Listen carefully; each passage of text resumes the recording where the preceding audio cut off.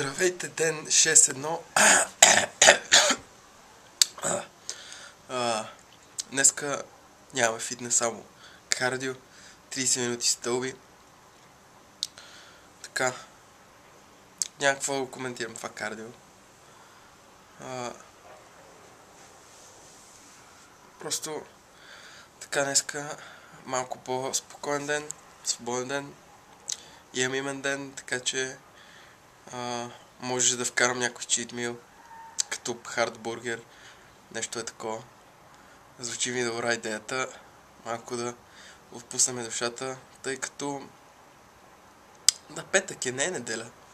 Не е време за чит, но така смятам, че след морето така не съм читвал. То, че на морето, цялото море си беше един чит, но няма значение това.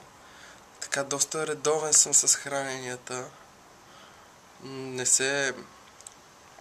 Така по-скоро се придържам към плана за ядене, към режима.